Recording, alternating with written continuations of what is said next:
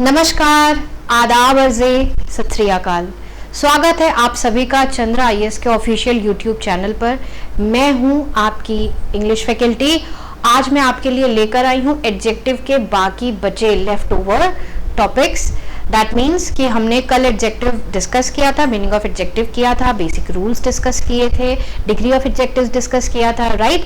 तो आज हम जो बचे हमारे रूल्स हैं उनको हम डिस्कस करेंगे, ठीक है। चलिए, टाइम बिना वेस्ट किए हुए हम चलते हैं, लेकिन उससे पहले मैं आप सभी से दरख्वास्त करूंगी कि प्लीज़ हमारे मेहनत को थोड़ा सा वैल्यू दीजिए। और वो वैल्यू आप कैसे दे सकते हैं? आपका एक लाइक, एक कमेंट और एक शेयर हमें बहुत वैल्यू देता है। तो ये आप अपनी फैकल्टी की रिक्वेस्ट मान लीजिए, या आप मान लीजिए कि ये एक गुरु दक्षिणा है जो मैं आपसे कह रही हूँ, ठीक है। तो ये आप कर सकते हैं क्योंकि ये आपके हाथ में होता है। चलिए, सेशन को स्टार्ट करते हैं।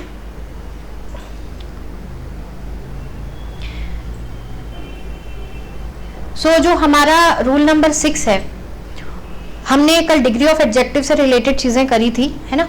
तो रूल नंबर 6 हमारा ये, वहीं से कंटिन्यूएशन करते हुए चलते हैं। रूल नंबर 6 हमारा ये कहता है कि बेटा हर एडजेक्टिव का ना कंपैरेटिव और सुपरलेटिव केस नहीं बनाया जाता, ये ध्यान रखना, ठीक है। आपके कुछ एडजेक्टिव्स ऐसे होते हैं जिनमें आप ER-EST लगाते हो, जो सिंगल सिलेबल होते हैं। जो डबल सिलेबल होते हैं उसमें आप मोर मोस्ट लगाते हो, राइट। लेकिन कुछ ऐसे भी एडजेक्टिव्स होते हैं जिनमें आप उनका कंपैरेटिव, सुपरलेटिव, इस तरीके से आप उनकी डिग्रीज नहीं बनाते हो। प्लस उन एडजेक्टिव्स के पहले हम आर्टिकल द का भी इस्तेमाल करते हैं। फॉर एन एग्जाम्पल, जैसे अगर मैं बात करूं परफेक्ट की, अगर मैं बात करूं आइडियल की, ठीक है, अगर मैं बात करूं पॉसिबल की, अगर मैं बात करूं यूनिक की, अगर मैं बात करूं इम्पॉसिबल की, ठीक है, अगर मैं बात करूं कंप्लीट की, अगर मैं बात करूं फाइनल की, ठीक है, अगर मैं बात करूं इम्पॉसिबल की, अगर मैं बात करूं किसी भी प्रकार का शेप है, जैसे सर्कुलर है, ठीक है, सर्कुलर है गया, है ना, राउंड हो गया, ठीक है। तो इस तरीके की जो चीजें होती, रेक्टेंगुलर हो गया, तो आप इनके साथ कभी भी मोर मोस्ट का इस्तेमाल नहीं करेंगे। तो आपका रूल क्या कहता है कि never use more oblique most with them. In adjectives के साथ आपको कभी भी मोर मोस्ट का इस्तेमाल नहीं करना है। अगर एग्जाम में आपको ये एडजेक्टिव्स आ गए और इन एडजेक्टिव्स के पहले मोर या मोस्ट का इस्तेमाल किया हुआ है तो वो गलत होगा। लॉजिक से भी समझ सकते हो। देखो, एक सिंपल सी बात मुझे ये बताओ, मैं आपके सामने दो विकल्प दे रही हूँ। एक बच्चा है, उसको 100 में 100 मार्क्स मिला। अब ये बताओ कि क्या आप किसी बच्चे को 100 में 150 मार्क्स दे सकते हो? क्या 100 में 150 नंबर दे सकते हो? नहीं दे सकते ना। 100 में मैक्सिमम कितना दे सकते हो? 100 ही दे सकते हो, राइट। तो इसलिए हमें ये समझना है कि ये जो भी चीजें, आइडियल मतलब कोई चीज अपनी पीक पर है, यूनिक यानी उसके जैसा और कोई नहीं, परफेक्ट यानी उस फ्लॉलेस है, कोई कमी ही नहीं है उसमें, पॉसिबल मतलब कोई काम हो सकता है, इम्पॉसिबल मतलब नहीं हो सकता, कंप्लीट मतलब पूरा हो चुका है, इनकम्प्लीट मतलब अधूरा है। अब ज्यादा पूरा और कम पूरा क्या होता है भाई? ज्यादा परफेक्ट और कम परफेक्ट क्या होता है भाई? तो ना तो इनका नेगेटिव डिग्री कंपैरेटिव या सुपरलेटिव करोगे, ना तो लीस्ट या लेस में जाओगे और ना ही मोर मोस्ट में जाओगे। मतलब इनके साथ ना मोर मोस्ट लगेगा और ना ही क्या लगेगा, लेस या लीस्ट, ठीक है। जब हम इंटेंसिटी ज्यादा करके बताते हैं तो मोर मोस्ट का इस्तेमाल करते हैं, और जब कम करके बताते हैं तो लेस और लीस्ट का इस्तेमाल करते हैं। I hope it's clear to everyone, ठीक है। चलिए अगले रूल की तरफ चलते हैं। नेक्स्ट हमारा रूल नंबर 7, ठीक है। रूल नंबर 7 में हम सीखेंगे हमारे ओल्डर और एल्डर में क्या डिफरेंस होती है, ओल्डर वर्सेस एल्डर। ये भी एग्जाम के पॉइंट ऑफ व्यू से बेटा बहुत इंपॉर्टेंट है, आपको पता होना चाहिए कि इन दोनों के बीच में क्या डिफरेंस है, ठीक है। देखो, एक सिंपल सी एक बात है, ध्यान से सुनना। ओल्डर जो होता है वो हम पर्सन और थिंग्स दोनों के लिए यूज करते हैं, पर्सन और थिंग्स दोनों के लिए यूज करते हैं, ठीक है। लेकिन एल्डर का इस्तेमाल सिर्फ और सिर्फ किसके केस में करते हैं हम? पर्सन के केस में करते हैं। पहली चीज तो हमको ये समझ में आ गई है ना। देखो ओल्डर का इस्तेमाल अगर हम हिंदी की बात करें तो ये बड़ा होने के सेंस में भी हम यूज करते हैं और पुराने के सेंस में भी यूज करते हैं। जैसे इमारतें पुरानी होती है ना तो हम कहते हैं ओल्ड हेरिटेज साइट, है ना, तो वहां पर क्या हो गया हमारा, पुराने या बड़े के सेंस में यूज करते हैं। और एल्डर का इस्तेमाल हम सिर्फ और सिर्फ बड़े के सेंस में यूज करते हैं, ठीक। दूसरा डिफरेंस देख लो, ओल्डर के साथ जो प्रीपोजिशन का हम इस्तेमाल करते हैं वो क्या होता है बेटा? देन प्रीपोजिशन का इस्तेमाल करते हैं। वेयरएज अगर मैं एल्डर की बात करूं तो एल्डर के साथ हम कौन सा प्रीपोजिशन यूज करते हैं? देन का इस्तेमाल नहीं करते, इसके साथ हम टू प्रीपोजिशन का इस्तेमाल करते हैं, ठीक है।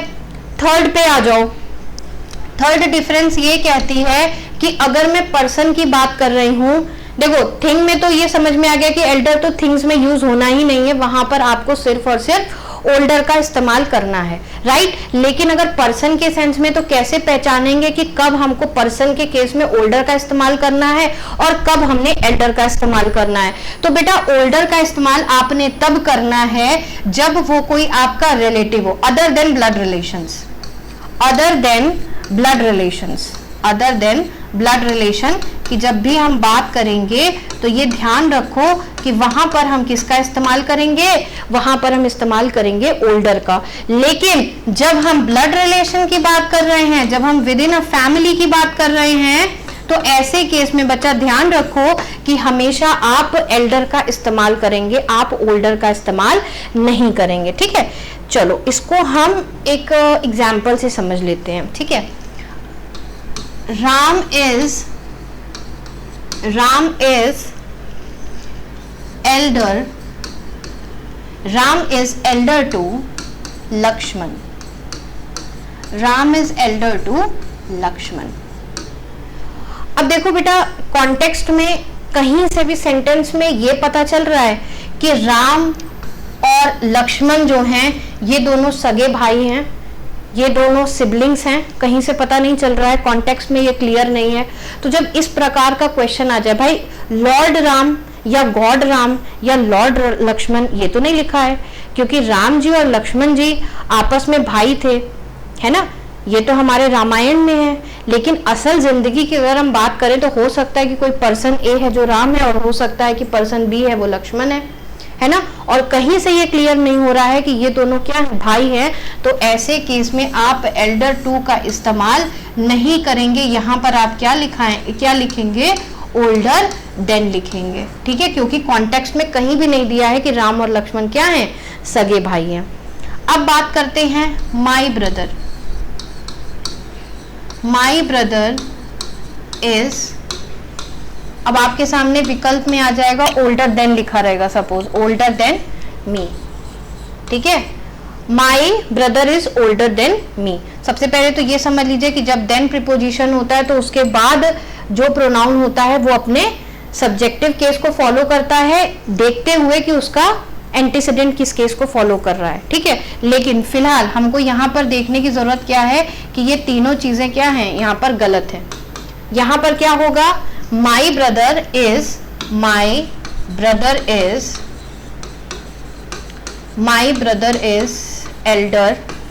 elder to। अब यहाँ पर मी होगा, वो सही है। जानते हो क्यों? क्योंकि यहाँ पर हमने एक रूल पढ़ाया था आपको प्रोनाउन में कि जब प्रीपोजिशन प्लस प्रोनाउन आता है देन प्रीपोजिशन का केस छोड़कर यदि कोई भी दूसरा प्रोनाउन आपके सामने, प्रीपोजिशन आपके सामने आता है और उसके बाद कोई प्रोनाउन होता है तो ऐसा प्रोनाउन हमेशा अपना ऑब्जेक्टिव केस लेता है। जबकि देन के केस में अगर प्रोनाउन है तो वो सब्जेक्टिव केस लेगा, लेकिन देन को छोड़कर बाकी और कोई भी दूसरा प्रीपोजिशन है तो उसके बाद वाला प्रोनाउन अपना ऑब्जेक्टिव केस लेगा। ये ध्यान रखिएगा, ठीक है। चलो अगले रूल की तरफ बढ़ते हैं। नेक्स्ट हमारा जो रूल है वो है रूल ऑफ एनी अदर। किसका रूल है? एनी अदर का रूल है, ठीक है। देखो क्या होता है कि सपोज एक लड़का है, उसका नाम है पुनीत, ठीक है। There is a boy and his name is Puneet. अब देखो मेरे पास दो केसेस हैं। एक तरीका है कि मैं पुनीत की अगर हाइट का मुझे मापन करना है सपोज मुझे राम से करना है, मोहन से करना है, सोहन से करना है, तो मैंने सोहन से करना है ना, सोम से करना है, सोहन से करना है, 3-4 लड़के, उनसे मुझे उसका हाइट का मेजरमेंट करना है कि उन सब में कौन लंबा है, सबसे लंबा है। तो ऐसे में मैं क्या करूंगी, मैं पुनीत को खड़ा करूंगी और बाकी लड़कों को खड़ा करूंगी और एक बार सरसरी निगाहों से देख लूंगी और कहूंगी कि हाँ, इन सारे लड़कों में पुनीत सबसे लंबा है, राइट। मैंने कोई मेजरमेंट नहीं किया। दूसरा तरीका क्या है, एक तरीका तो ये है, तब तो मैं कह सकती हूँ कि अगर पुनीत सबसे लंबा है तो what will I say, I will say Puneet is the tallest boy of his class, Puneet is the tallest boy of his class, ठीक है। एक तरीका तो ये हो गया भाई, समझ आता है। अब एक तरीका और है जो थोड़ा साइंटिफिक है। वो तरीका क्या है कि भाई मैंने यहाँ पर ले लिया पुनीत को, एक बार मैंने पुनीत का मेजरमेंट कर दिया राम से, फिर मैंने राम को कहा कि बेटा तुम जाके सीट पर बैठ जाओ, फिर मैंने मोहन को कॉल किया, फिर मैंने मोहन के साथ पुनीत की हाइट नापी, फिर पता चला पुनीत लंबा है, फिर मैंने मोहन को कहा बेटा आप जाके सीट पर बैठ जाओ, फिर मैंने सोम को कॉल किया, फिर मैंने पुनीत और सोम की हाइट को नापा। तो मैंने यहाँ पर क्या किया, यहाँ पर मैंने मेजरमेंट किया 1 एट अ टाइम। तो एनी अदर का इस्तेमाल हम कब करते हैं, जब कंपैरिजन तो होता है, लेकिन कंपैरिजन कैसे होता है, 1 एट अ टाइम कंपैरिजन होता है, ठीक है। तो ये ध्यान रखो कि जब कंपैरिजन हमारा 1 एट अ टाइम हो रहा है, कंपैरिजन हमारा कैसे हो रहा है, 1 एट अ टाइम हो रहा है, ठीक है। तो ध्यान रखने वाली 2 चीजें हैं आपको इसमें से जो क्वेश्चन आता है। पहली चीज ये है कि ऐसे में जो हमारी डिग्री होगी एडजेक्टिव की, वो क्या होगी बेटा, कंपैरेटिव डिग्री ऑफ एडजेक्टिव होगी। दूसरी चीज क्या है कि जिस चीज से कंपेयर किया जा रहा होगा वो चीज किस फॉर्म में होगी, हमारी सिंगुलर फॉर्म में होगी। Let's understand this with the help of one example, ठीक है। Let's take the same person Puneet, ठीक है। Now again I am comparing Puneet with the rest of the students in his class. तो I will say if I have to use any other in this case, so what will I say, I will say Puneet is taller, Puneet is taller. Now in this case I will use preposition than, Puneet is taller than any other, Puneet is taller than any other boy in his class, ठीक है। अब you have to trace now first thing the degree of adjective, that is comparative degree of adjective, and the second thing is after any other, जिस चीज से compare किया जाएगा that will be in singular form. I hope it's clear to everyone, ठीक है। चलिए next rule की तरफ चलते हैं जो कि हमारा है रिगार्डिंग ऑर्डर या सीक्वेंस। अगर हम सीक्वेंस की बात करते हैं या हम ऑर्डर की बात करते हैं तो आपको 2 चीजें ध्यान रखने की जरूरत है। हमेशा ध्यान रखिएगा कि single syllable adjective, single syllable adjective जो होगा, सिंगल सिलेबल एडजेक्टिव जो होगा वो हमेशा पहले आएगा। उसके बाद कौन आएगा बेटा, डबल सिलेबल एडजेक्टिव। अब ये सिंगल सिलेबल डबल सिलेबल क्या है भाई, जो ER-EST वाले होते हैं उनको हम कहते हैं सिंगल सिलेबल, जिन्हें एक बार में आराम से बोल दिया जाए, जैसे ईजीएस्ट, ईजियर, है ना, वाइजर, ठीक है। तो ये सब क्या है, सिंगल सिलेबल है। एल्डर, एल्डेस्ट, है ना, इनको एक बार में बोल सकते हैं। डबल सिलेबल क्या होते हैं, जो ब्रेकेबल होते हैं, जिनको हम तोड़ सकते हैं, संधि विक्षेप कर सकते हैं, है ना, जैसे कि इंटेलिजेंट, हैंडसम, केयरफुल। तो ये सब क्या है, हमारे डबल सिलेबल हैं। तो इनके साथ हम क्या लगाते हैं, मोर मोस्ट। तो ये ध्यान रखना कि जब भी आपको सीक्वेंस आ जाए जिसमें आपको 2 एडजेक्टिव दिए हुए हैं, ठीक है, 2 एडजेक्टिव दिए हुए हैं और दोनों एडजेक्टिव में ये ध्यान रखना कि ER वाला पहले आएगा, मोर वाला उसके बाद आएगा, या EST वाला पहले आएगा, मोस्ट वाला बाद में आएगा। इसी सीक्वेंस में दूसरी चीज ये कहती है कि बच्चा एक सेंटेंस में मोर देन 1 एडजेक्टिव्स का हम इस्तेमाल कर सकते हैं। It is permissible, there is no issues in that, but what you have to keep in mind is the degree of such adjectives. The degree has to be same. Degree of adjectives, degree of adjectives ठीक है, no matter how many adjectives you are using in a sentence for a particular subject, but please make sure that the degrees of such adjectives would remain same. ठीक है, degree of adjective would remain same. ऐसा ना हो कि आपने एक adjective positive degree में use किया है और दूसरा एडजेक्टिव आपने कंपैरेटिव डिग्री में यूज किया है. एक एडजेक्टिव आपने कंपैरेटिव डिग्री में यूज किया है, दूसरा आपने सुपरलेटिव डिग्री में यूज किया है. This will not happen, this should not happen. अगर एक पॉजिटिव डिग्री है तो दूसरे को भी पॉजिटिव में ही होना पड़ेगा. एक कंपैरेटिव है तो दूसरा भी कंपैरेटिव में होगा. एक सुपरलेटिव में है तो दूसरा भी सुपरलेटिव में होगा. ठीक है, इसको बेहतरीन तरीका है समझने का एग्जाम्पल, है ना. चलो अब मैं यहां पे लिख रही हूं कि the king was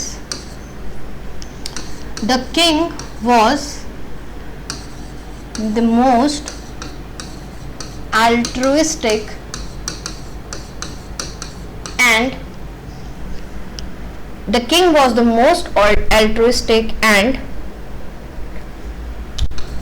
wise man of the empire. इस पूरे साम्राज्य में, पूरे एम्पायर की अगर हम बात करें तो जो राजा था वो क्या था, वो सबसे ज्यादा क्या था, ऑल्ट्रुइस्टिक था. ऑल्ट्रुइस्टिक का मतलब होता है जिसके अंदर परोपकार की भावना, जो दूसरों की भलाई करना जानता, उसको कहते हैं ऑल्ट्रुइस्टिक. ठीक है, और क्या था, बुद्धिमान था. तो अब अगर हम इस क्वेश्चन को ध्यान से देखेंगे तो हमें ये नजर में आएगा कि पहली चीज तो ये देखिए कि ये भाई क्या है, ये सिंगल सिलेबल है, ये डबल सिलेबल है ना. एक तो सुपरलेटिव डिग्री है, पहली चीज ये है, और दूसरी चीज क्या है, डबल सिलेबल है ना. और अगर हम इस वाले एडजेक्टिव की तरफ देखेंगे तो पहली चीज हमें अगर इसके केस की बात करें तो ये पॉजिटिव डिग्री है, और दूसरी चीज हमने क्या देखा कि ये सिंगल सिलेबल है. और हमने जस्ट इससे पहली वाली स्लाइड में आपको यही बताया था कि ध्यान रखना कि जो आपका सिंगल सिलेबल होगा वो पहले आएगा और डबल सिलेबल बाद में आएगा. तो अगर हमको इसी का करेक्शन लिखना है तो हम क्या लिखेंगे, हम लिखेंगे कि द किंग वॉज. अब देखो, क्योंकि किंग का कंपैरिजन हम पूरे एम्पायर के साथ कर रहे हैं, मतलब पूरे एम्पायर में जितने भी प्राणी थे, जितने भी लोग थे, उन सब में किंग जो था वो सबसे ज्यादा परोपकारी और सबसे ज्यादा बुद्धिमान व्यक्ति था. तो हम बोलेंगे the king was the wisest. The king was the wisest, पहली चीज, and the most altruistic altruistic man of the empire. ठीक है, अब ये सेंटेंस हमारा करेक्ट हुआ. भाई दो एडजेक्टिव्स का हमने इस्तेमाल किया, दोनों की डिग्री सुपरलेटिव में हो गई, दोनों के पहले आर्टिकल दा लग गया और दोनों का ऑर्डर भी हमने ठीक कर दिया. पहले आ गया सिंगल सिलेबल, उसके बाद आ गया double syllable. I hope it's clear to everyone. चलिए आगे का रूल पढ़ते हैं.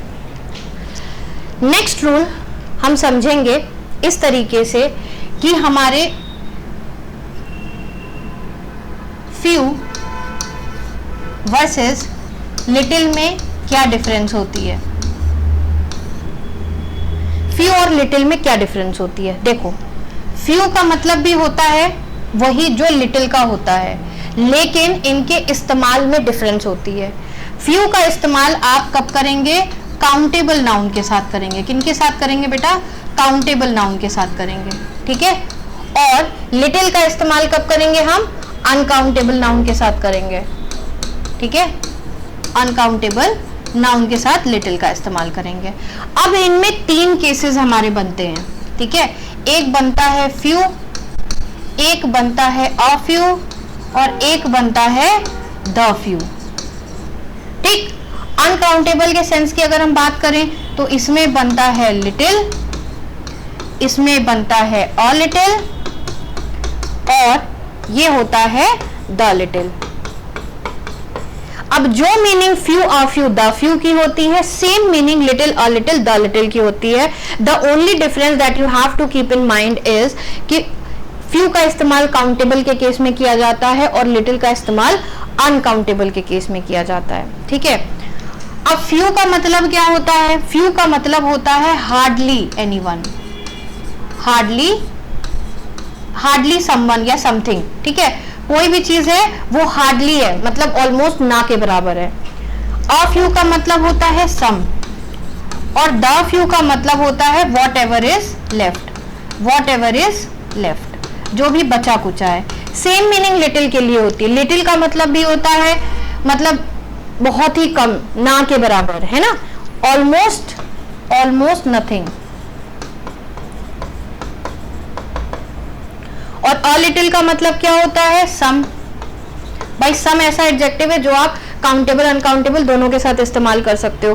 और द लिटिल जो होता है वो वही है, वॉट एवर इज लेफ्ट, ठीक है। इसमें वॉट एवर की जगह हु एवर कर लीजिएगा, हु एवर इज लेफ्ट, ठीक है, वॉट एवर नहीं है, हु एवर होगा, क्योंकि काउंटेबल के लिए यूज कर रहा है, राइट। चलो अब इसको हम एक एग्जाम्पल से आपको समझा देते हैं। जैसे कि क्वेश्चन में आया है, क्वेश्चन में आया है कि I have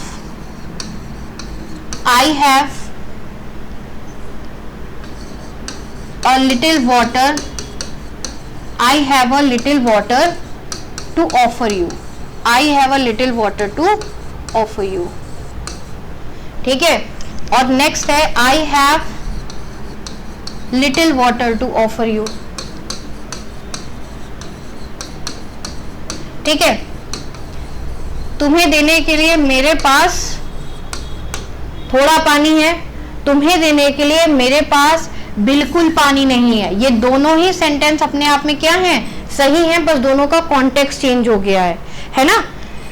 I have a little water to offer you, that means some amount is there, some amount of water is still there, मतलब ये अ लिटिल किसको दर्शा रहा है, कुछ पॉजिटिव है, ठीक, अ लिटिल। लेकिन लिटिल वाटर जैसे ही मैंने बोला तो इसका मतलब है कि ऑलमोस्ट, ऑलमोस्ट पानी नहीं है, ऑलमोस्ट नथिंग, है ना। तो ये जो होता है, ये जो लिटिल, केवल लिटिल है, तो ये थोड़ा नेगेटिव इन नेचर होता है। क्लियर। अब यहाँ पर एक एग्जांपल हम फ्यू वाला भी आपको कराए दे रहे हैं। यहाँ पर देखिए लिखा है कि ऑल द मेंबर्स, अभी पार्लियामेंट में एक बिल को एक्ट बना दिया गया, विमेन से रिलेटेड एक पार्लियामेंट में विमेन रिजर्वेशन पर अभी अभी ताज़ा इंफॉर्मेशन आई है कि पार्लियामेंट में एक्ट आ गया है 2023 का, है ना, जिसमें औरतों को 33% रिजर्वेशन मिलने वाला है। मतलब आपके पार्लियामेंट में, है ना, वहां पर है जो सभा है उसमें, लोकसभा में, है ना, तो उससे रिलेटेड भी चीजें पढ़ लीजिएगा, एग्जाम पॉइंट ऑफ व्यू से इंपॉर्टेंट है। तो उसमें क्या हुआ कि सारे मेंबर्स ने तो अपना समर्थन दिया, सिर्फ 2 उसके अगेंस्ट थे। तो अगर इसी को हमें सेंटेंस फॉर्म में बनाना है तो हम क्या कह सकते हैं, all the members agreed except a few, कुछ को छोड़कर, अ फ्यू मतलब सम, देयर वर अ फ्यू का मतलब क्या है, कुछ नंबर में, है ना। तो कह सकते हैं कि all the members agreed except a few to the bill और टू द एक्ट, ठीक। तो अब ये हमारा आज का सेशन था, एडजेक्टिव पर बेस था, ठीक है। अगले सेशन में हम मिलेंगे कुछ और इंटरेस्टिंग टॉपिक्स के साथ, कुछ और इंटरेस्टिंग कॉन्सेप्ट के साथ। अब आ जाते हैं हमारे 5 इंपॉर्टेंट वर्ड्स के साथ। वर्ड ऑफ द डे के केस में अगर हम बात करें तो जॉल्ट जो है बेटा वो आपका वर्ब भी है और नाउन भी है, जिसका मतलब होता है झटका, एक सडन ब्रेक।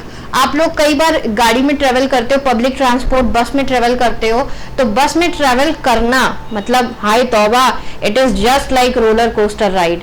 कभी इधर हो रहे हैं, कभी उधर हो रहे हैं, तो ये वाले जो मूवमेंट होते हैं ना, इनको भाई क्या कहते हैं, अपन जॉल्ट कहते हैं। या कभी आपने ये भी फील किया होगा ना, जब आप ट्रेन से ट्रेवल कर रहे हो, जब ट्रेन रुकती है तो अचानक से आप थोड़ा सा आगे बढ़ जाते हो, झटका लगता है, तो भाई उसी झटके को हम क्या कहते हैं, जॉल्ट कहते हैं। बोलते हैं ना मुझे सदमा लग गया, मुझे झटका लग गया, तो दिस इज जॉल्ट, ठीक है। जॉल्ट मतलब क्या होता है, सडन ब्रेक, सडन ब्रेक, ठीक है। अब ये शॉक भी हो सकता है और सरप्राइज भी हो सकता है, depends on the information that you are getting. Next word है आपका रीट्रेट, ठीक है। ये थोड़ा सा ब्लर लग रहा है, मैं इसको वापस से लिखे देती हूँ। रीट्रेट का मतलब क्या होता है, इसका मतलब होता है to say something again and again, मतलब किसी बात को बार बार दोहराना, रिपीट करना, है ना।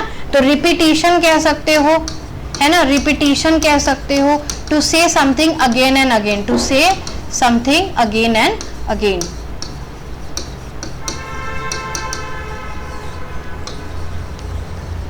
अगेन एंड अगेन, ठीक है।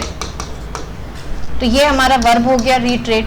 नेक्स्ट वर्ड है आपका प्लंडर। प्लंडर का मतलब होता है स्टीलिंग ऑफ गुड्स, यानी कि सामान की चोरी करना, ठीक है, स्टीलिंग ऑफ गुड्स, यानी कि आप इसको बोल सकते हो रॉब बोल सकते हो, स्टीलिंग बोल सकते हो, है ना, लूट भी बोल सकते हो, लूट, है ना, सामान की लोग चोरी करते हैं। कुछ लोग क्या होते हैं, कुछ लोगों को क्लेप्टोमेनिया होता है। क्लेप्टोमेनिया मतलब क्या होता है, चोरी करने का ऑब्सेशन होता है। They are somewhere they are compelled by their inherent मतलब कह सकते हो कि उनके अंदर ऐसी क्वालिटी होती है, या you can say that they are obsessed, they have a longing for stealing things, है ना। तो वो क्या होते हैं, आपके क्लेप्टोमेनिक होते हैं। चलो, तो प्लंडर क्या हो गया, stealing of goods. Next word है प्रोवोकेशन। प्रोवोकेशन का मतलब होता है कोई भी चीज भड़काऊ इन नेचर, है ना, आउटरेजियस है कोई भी चीज जो क्या कर रही है, लोगों को क्या कर रही है, परसुएड कर रही है कि वो कोई वायलेंट एक्शन ले। प्रोवोकेट करना मतलब किसी को उकसाना, तो उकसाना है ना, उकसाने की जो प्रक्रिया होती है, उकसाना, है ना, तो किसी को उकसाना, है ना, किसी को क्या करना, परसुएड करना, तो दैट इज योर प्रोवोकेशन, प्रोवोकेट करना for a violence behaviour. Next word है आपका बिगट, ठीक है, इसको पढ़ते हैं बिगॉट नहीं, इसको पढ़ते हैं बिगट। क्या पढ़ते हैं बेटा, बिगट।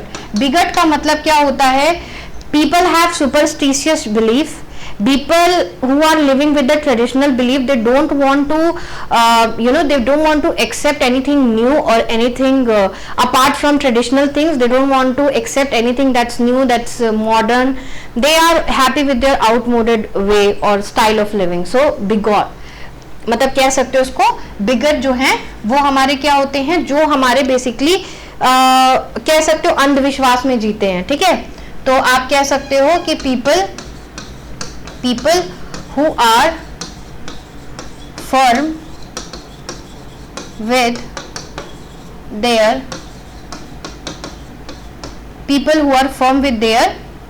traditional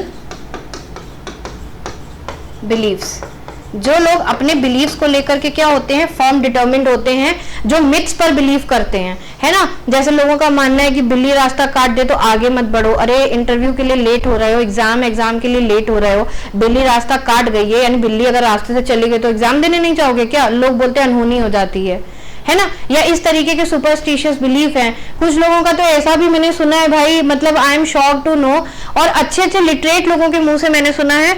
मेरी एक फ्रेंड थी, उसका मैंने एक गाल ऐसे टच कर लिया तो कह रही है दूसरा गाल भी टच करो वरना दिक्कत हो जाएगी। या कभी आपने देखा होगा, आप घर पे सो रहे होते हो तो कोई बोलता है कि भाई देखो क्रॉस करके दूसरी तरफ उस बंदे को मत जाओ वरना उस बंदे की हाइट छोटी रह जाएगी।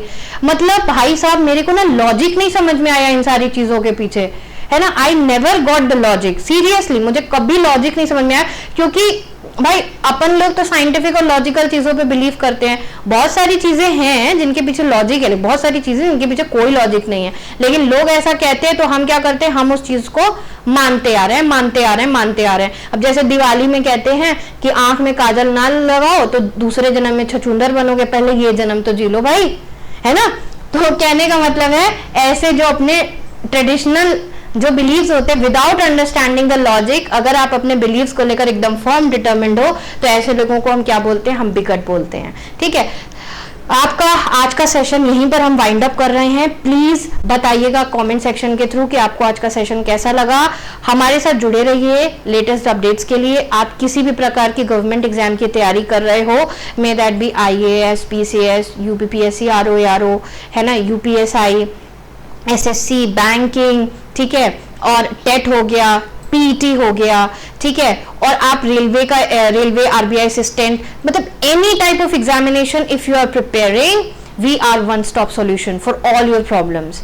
Your problems are our problems, ठीक है। इसी बेहतर अप्रोच के साथ मैं आपसे फिर मुलाकात करूंगी, फिर एक नए टॉपिक के साथ, फिर सम न्यू क्वेश्चंस के साथ।